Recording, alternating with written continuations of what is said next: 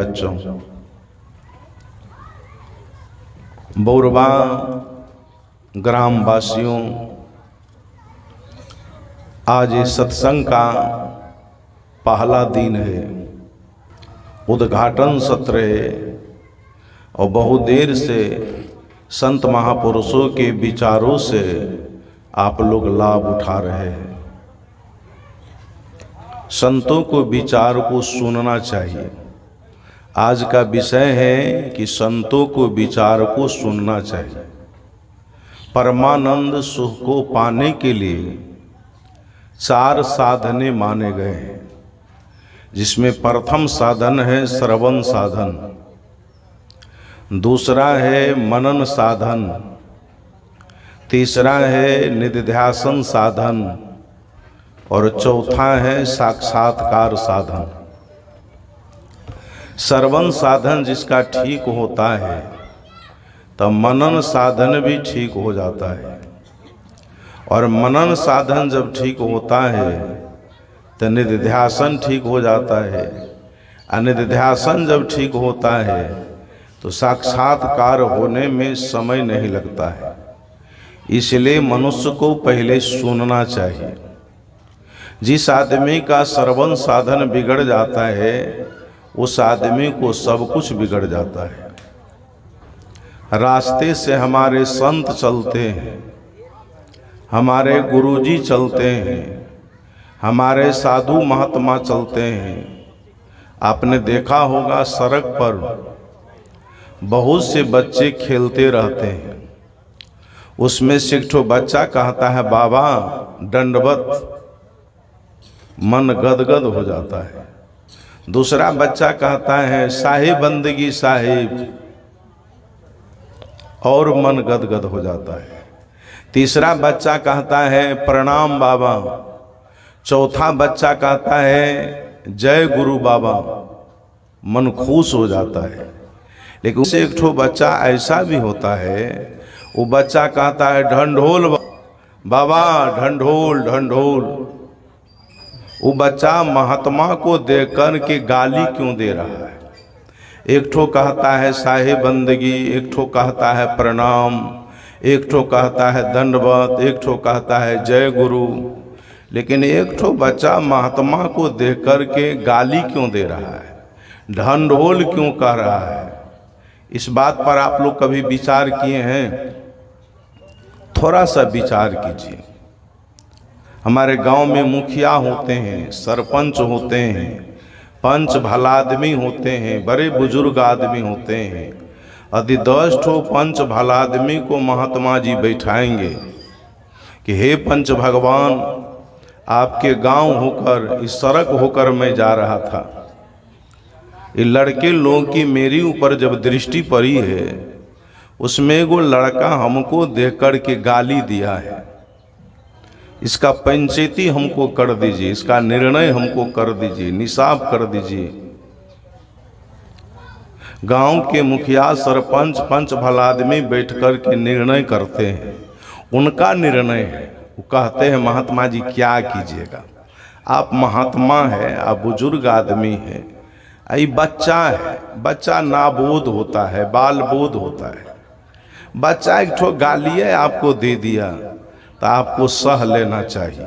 महात्मा जी आप ही लोग कहा करते हैं, आप ही लोग के मुंह से हम लोग बराबर सुनते हैं कि खाद खोद धरती सहे, काट खोट बन राई, कुटिल वचन एक संत सहे और को सहा न जाए। धरती को हम लोग खोदते हैं, इस धरती पर पेशाब करते हैं, पैखाना करते हैं, थूक फेंकते हैं, खखार फेंकते हैं। धरती माता सहन कर लेती है, खाद को धरती सहे, काट खोट बन राई।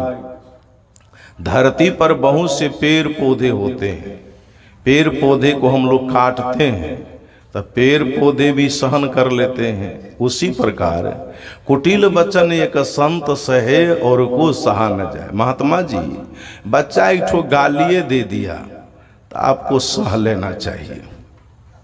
क्या उचित पंचायती हुई? महात्मा जी तो सही लेंगे, लेकिन पंचायत इस बात की होनी चाहिए कि बच्चा बेकसूर में महात्मा जी को गाली क्यों दे दिया। आप कहेंगे महात्मा जी ये पंचायती आपको मंजूर नहीं है तो इसका पंचायती आप ही कीजिए। महात्मा जी भी कहते हैं बच्चा का कोई दोष नहीं है। फिर आप कहेंगे साहब आप भी कहते हैं बच्चा का कोई दोष नहीं, तो दोष किसका है। महात्मा जी ने कहा कि दोष उसका माता पिता का है। कहा कैसे। कहा जिसका माता पिता जीवन में साधु महात्मा को दंडवत बंदगी प्रणाम नहीं किया, जिसके दरवाजे पर कभी संत का पदार्पण नहीं हुआ, जो आदमी जीवन में कभी सत्संग में नहीं बैठा, संत महात्मा की वाणी वचनों को नहीं सुना, वो आदमी का संस्कार गिर जाता है। निश्चित है माता पिता का संस्कार जब गिरता है तो उसका बच्चा का भी संस्कार गिर जाता है। अब जो काम करते हैं बच्चा उस हुनर को सीख लेता है। बच्चा सादा सिलेट होता है। बच्चा जब जन्म लेता है तो उसके पास में कोई भाषा भाषी का ज्ञान नहीं होता है, लेकिन आपके संसर्ग में रहते रहते आपको भाषा को बच्चा सीख लेता है। आप जो काम करते हैं बच्चा उस हुनर को सीख लेता है। आपके संसर्ग में कुत्ता रहता है, कुत्ता भी आपको भाषा को सीख लेता है। कुत्ता को आप क्या कहते हैं, आतू आह आह आह। कुत्ता दौड़ करके चला आता है। ये कौन भाषा है, ये संस्कृत भाषा है, संस्कृत का अपभ्रंश है। आतू आह का मतलब होता है आओ खा लो। वास्तविक में आप खाने के लिए ही बुलाते हैं। भोजन पर से उठे हैं आप, हाथ में कौरा लिए हैं और जोर से कहते हैं आतू आह आह आह। बहुत आदमी नामों धर करके पुकारते हैं तो गोला आह आह आह। कुत्ता दौड़ करके चला, मालिक हमको बुला रहा है। यदि खाने के लिए नहीं दीजिएगा तो कुत्ता आपको आगा पीछा करेगा, जंप करेगा कि आप हमको बुलाए खाने के लिए तो दो न हमको खाने के। आपके संसर्ग में बंदर रहता है, बंदर भी आपको भाषा को सीख लेता है। मदारी को देखे होंगे आप, करीब 10 प्राणी का आश्रम होता है मदारी को, लेकिन एक बंदर 10 प्राणी को मजा से गुजर करा देता है। वो बंदर लेकर के मदारी गांव में जाता है, कहता है कहो बंदर बूढ़ा कैसे चलता है, तो चल करके बंदर दिखा देता है। आप उसको पैसा देते हैं। आपके गांव में बसहा बैल बला आता है। लोग कहते हैं बसहा बैल अंतर्यामी होता है, बिल्कुल गलत बात है। बसहा बैल अंतर्यामी नहीं होता है, उसका ट्रेनिंग दिया रहता है, सिखाया रहता है। बसहा बैल बला बसहा बैल को सिखाया रहता है, और जैसा जैसा सिखाया रहता है वैसा वैसा बसहा बैल करता है। आपके संसर्ग में घोड़ा रहता है, घोड़ा भी आपको भाषा को सीख लेता है। घोड़ा में कितने गियरे होते हैं मालूम है आपको। ये सब गाड़ी आप चलाते हैं, मोटरसाइकिल जीप ट्रक बस चलाते हैं तो चलाने वाले लोग जानते हैं, लेकिन कहते हैं ये लोग 3 गियर 4 गियर ऐसे कहते हैं। मैं सुनता रहता हूँ तो 3 गियर 4 गियर बस में, ट्रक में, जीप में, मोटरसाइकिल में। लेकिन घोड़ा में कितने गियरे होते हैं मालूम है आपको। घोड़ा में 100 गियरे होते हैं। 100 गियर 100, बशर्ते उसको चाल को सिखाना पड़ता है। कितनों सहजता घोड़ा है, बना ठना घोड़ा है, और घोड़ा को सिखाइएगा नहीं तो घोड़ा आपका लोथ हो जाएगा। महापुरुषों से प्रश्न किया गया कि घोड़ा क्यों अड़ा, और रोटी क्यों जड़ा, और मोच क्यों कड़ा। तीनों का एक ही उत्तर है, फेरने बिना। घोड़ा क्यों अड़ा, फेरने बिना। घोड़ा को नहीं फेरिएगा तो घोड़ा लोथ हो जाएगा। और रोटी क्यों जल गई, फेरने बिना। मेरी माँ बहन रोटी बनाती है तो बराबर रोटी को फेरती है, उल्टाती है, और ये क्या करे छोड़ देगी रोटी को तो रोटी जल जाएगी कि नहीं। इसलिए अब मोच क्यों कड़ा, मोच को भी बराबर फेरना पड़ता है। इसलिए बच्चों को सही शिक्षा दीजिए। आपके संसर्ग में हाथी रहता है, कितना कुंटल होगा हाथी का वजन, 10 कुंटल से तो कम नहीं होगा। अब महाबत का वजन कितना होगा? मुश्किल से 85 किलो। कोई आदमी 1 कुंटल होता है। 1 कुंटल वाला आदमी 10 कुंटल वाला हाथी को वो कहता धत बीड़ी अगत उठ बैठ कराता रहता है, नहीं कराता है। इसलिए आपका बच्चा क्यों बिगड़ गया? क्योंकि आप बिगड़े हैं। आप बच्चा को सही शिक्षा दीक्षा नहीं दिए। जम्मा 16 संस्कार का वर्णन मनुस्मृति में मनु महाराज ने किया है। गर्भाधान संस्कार से लेकर अंतिम में दाह संस्कार होता है, अंत्येष्टित क्रिया होती, पूरे गिनती के साथ 16 संस्कार का वर्णन है। लेकिन मुख्य रूप से हमारे संत महात्मा अलग से 5 संस्कार को लिया है, जिसमें प्रथम संस्कार आदमी का अपना संस्कार होता है। हर आदमी अपना अपना संस्कार लेकर के पैदा लेता है। सत्संग में भी सब आदमी नहीं आते हैं। क्या आपके गांव में इतने ही लोग हैं? सब आदमी आपके गांव के नहीं हैं। इसमें बहुत लोग बाहर के हैं, ज्यादा है बाहर के। यदि पूरे बोरबा के लोग आ जाते सत्संग में तो जगह यहाँ छोटी है, कोई ज्यादा जगह नहीं है। यहाँ लोग अटते नहीं, बड़ी भीड़ हो जाती है। लेकिन अभी तक पंडाल भी नहीं भरा है। यदि सत्संग में ज्यादा भीड़ हो तो पता चलता है इस इलाके के लोग बड़े सत्संगी हैं। हॉस्पिटल में ज्यादा भीड़ हो तो इसे पता चलता है इस इलाके के लोग बीमार हैं, रोगी इलाका है। अदालत में ज्यादा भीड़ देखते हैं तो इस इलाके के लोग बड़ा लड़ाकू है, झगड़ालू है। स्कूल में ज्यादा भीड़ देखते हैं तो पता चलता है इस इलाके के लोग बड़ी शिक्षित हैं, साक्षर है, अपने बच्चों को स्कूल में पढ़ाते हैं। सत्संग में ज्यादा भीड़ हो तो पता चलता है इस इलाके के लोग बड़े सत्संगी हैं। सत्संग में भी सब आदमी नहीं आते जिसका संस्कार नहीं है। बाबा तुलसी ने बड़ा अच्छा कहा रामचरितमानस में कि पूर्व जन्म के पाप से हरि चर्चा न सुहाय, जैसे जड़ के ताप से भोजन की रुचि जाए। किसी आदमी को जर लग गया हो, बुखार लग गया हो तो भोजन की रुचि मारी जाती है। भोजन उसको तीत लगता है, अच्छा नहीं लगता है। जो पूर्व जन्म के पापों से कुसंस्कारों से जो ग्रसित है उसको सत्संग नहीं सुहाता है, सत्संग अच्छा नहीं लगता है। भाग्यहीन को ना मिले भली वस्तु की भोग, दाक पके मुख काग को होए मुंह पक्का रोग। कौआ जो होता है, कौआ दाक के पेड़ के डाली पर कौआ बहुत दिनों से आशा लगा करके बैठा रहता है। दाक किशमिश मुनक्का इसका पेड़ होता है, पौधा होता है, ये गाछ होता है। वो दाक के पेड़ पर कौआ बहुत दिनों से आशा लगा करके बैठा रहता है। कौवा के मन में होता है कि दाक जब पकेगा तो मैं उसको खाऊंगा, लेकिन पकने का समय जब आता है तो कौवा को मुंह पका रोग हो जाता है, मन नहीं उठता है। किसान लोग दाक को तोड़ करके घर पर ले आते हैं तो कौवा का मुंह फिर खुल जाता है। आप आशा लगाए थे कि बोरबा में हर साल की भांति इस साल भी 31वां या 28वां जो हो वार्षिक सत्संग हो रहा है। उसमें दूर दूर से संत महापुरुष आ रहे हैं, लेकिन समय आ गया। समय किसी का प्रतीक्षा नहीं करता है। ये 2 दिन का समय बहुत मूल्यवान समय है। समय से संत महात्मा आए हैं, आज चले जाएंगे। आप कहेंगे ओ हीरावन साहेब, शंभू साहेब, कम से कम महात्मा को बुलाए तो 1 दिन और घेर करके रखना चाहिए था। हम लोग तो सोच रहे थे कल हो सत्संग होने वाले, क्या कहें साहब जी, फुर्सत नहीं हुई। अरे जब तक है जिंदगी फुर्सत न होगी काम से, कुछ समय ऐसा निकालो प्रेम कर लो राम से। जब तक जिंदगी है, जिंदगी में फुर्सत होने वाली नहीं है।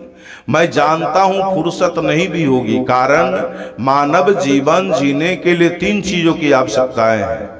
खाने के लिए रोटी चाहिए, पहनने के लिए कपड़े चाहिए, रहने के लिए घर चाहिए। लेकिन 3 चीजें मिल जाने के बावजूद भी जीवन में शांति नहीं मिलती है।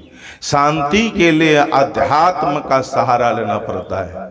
अध्यात्म के बिना, सत्संग के बिना आदमी का जीवन अधूरा रह जाता है। सत्संग के बिना रावण को लोगों ने राक्षस कहा और राम को लोगों ने भगवान कहा। सत्संग के बिना कंस को लोगों ने राक्षस कहा और भगवान कृष्ण को लोगों ने भगवान कहा। कबीर साहब के दर्शन के अनुसार भगवान राम अनंत ब्रह्मांड नायक नहीं, कृष्ण अनंत ब्रह्मांड नायक नहीं है, लेकिन सत्संग के प्रभाव से उनको लोगों ने भगवान कहा। राम को सत्संग से प्रेम था, साधु महात्मा से प्रेम था, तो राम हो गया भगवान। और रावण को संत महात्मा से प्रेम नहीं था, तो रावण का जीवन हो गया कलंकित। रावण नाम का आदमी आपके गांव में नहीं मिलेगा। हमारा गांव में एक आदमी है, वो आदमी का नाम हगना है। हगना नाम माँ को पसंद है। मुसहरबा, छुतहरबा, चिचना, ये सब नाम रखते हैं बच्चों को, लेकिन रावण राम रखना नहीं चाहते। क्यों? तो रावण का जीवन कलंकित हो गया। सत्संग के बिना आदमी का जीवन अधूरा रह जाता है। चाहे कितना हूं धनवान, कितना हूं गुणवान, कितना हूं बलवान क्यों न हो जाए, लाखों काम छोड़ करके सत्संग में आना चाहिए। ये आप लोग इसीलिए आए हैं कि आप लोग का संस्कार है। नेपाली भाषा में एक मुहावरा है कि हुन्ने बिरवा को चिल्लो पात, न हुन्ने बिरवा को खसरो पात। हिंदी में उसको कहते हैं कि होनहार बिरबन की होत चिकने पात। जो होने वाला बच्चा होता है, होनहार बच्चा होता है, बचपन से ही बच्चा का संस्कार दूसरा ही ढंग का होता है। ये आदमी का प्रथम संस्कार है। सब आदमी अपना अपना संस्कार लेकर के पैदा लेते हैं। दूसरा संस्कार होता है माता पिता के रज बीज के संस्कार।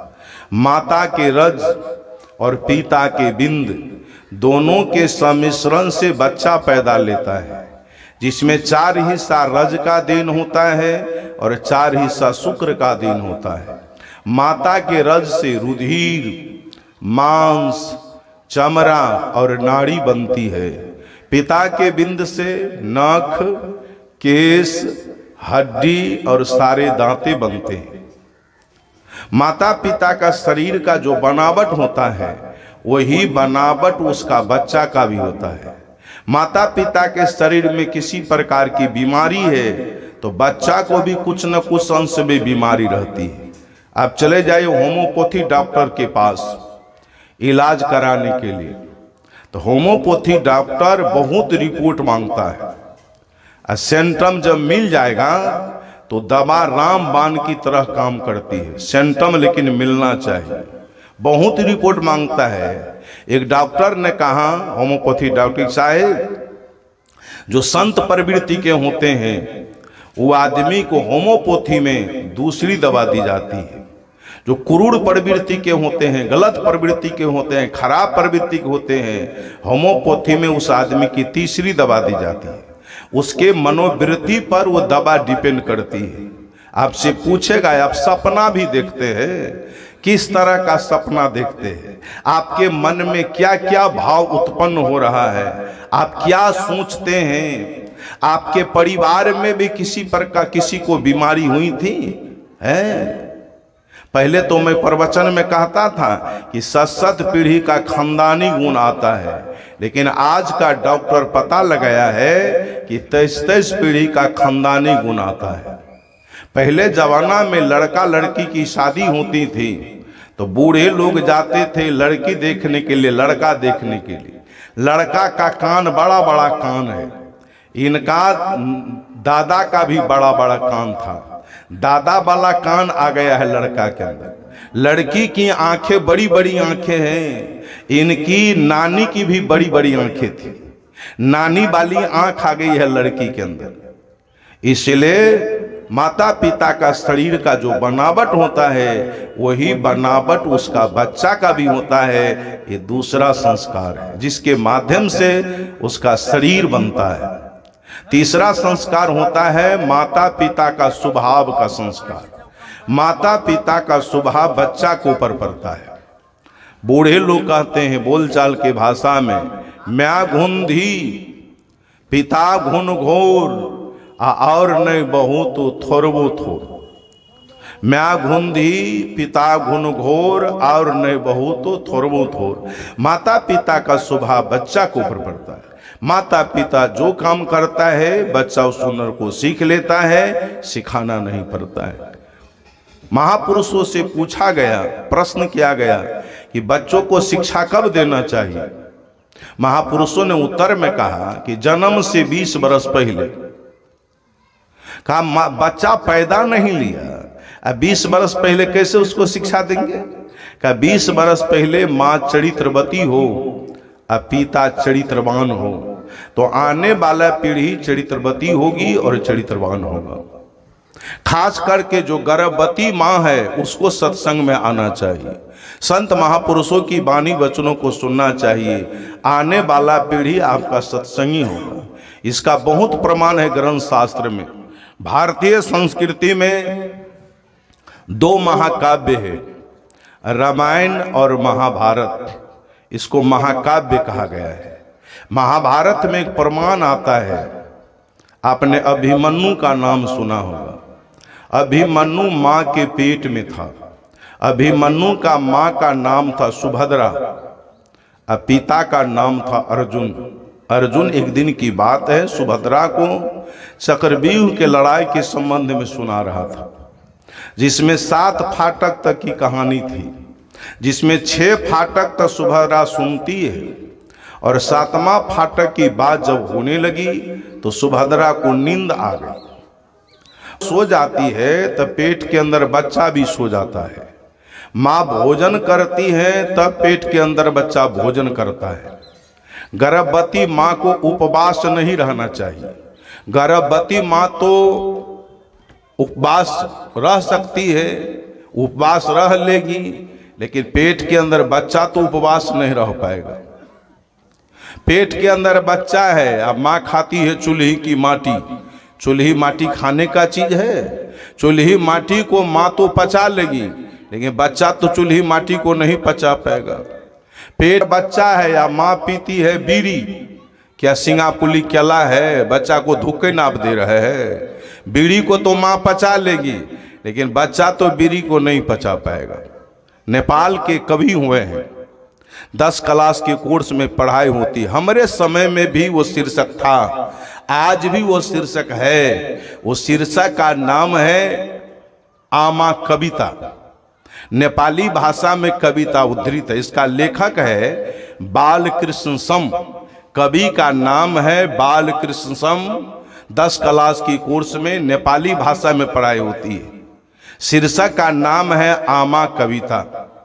उसमें बालकृष्ण सम लिखते हैं नेपाली भाषा में कि जिंदगी बंछ आमा ले खाए को घास घास माँ सिरजना मूल हुन आमा सृष्टा को इतिहास माँ।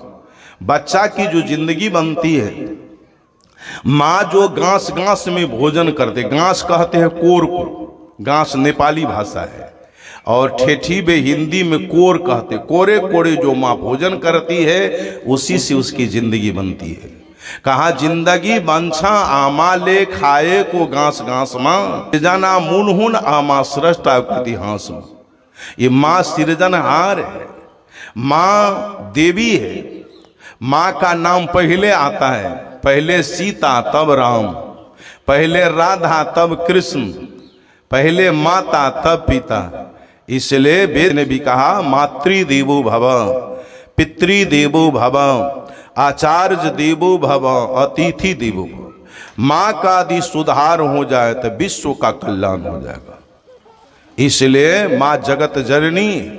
7वां फाटक की बात माँ नहीं सुन पाती। समय पाकर के अभिमन्यु का जन्म हुआ। अभिमन्यु जवान हो जाता है, अभिमन्यु की शादी भी हो जाती है। चक्रव्यूह लड़ने का समय आता है। चक्रव्यूह के लड़ाई में केवल पांडव दल में अर्जुन जानता था, अर्जुन के सिवाय कोई नहीं जानता था। अर्जुन कहीं बाहर चला गया था।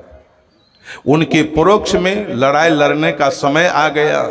चारों भाई घबरा गए। युधिष्ठिर, भीम, नकुल और सहदेव घबरा गए।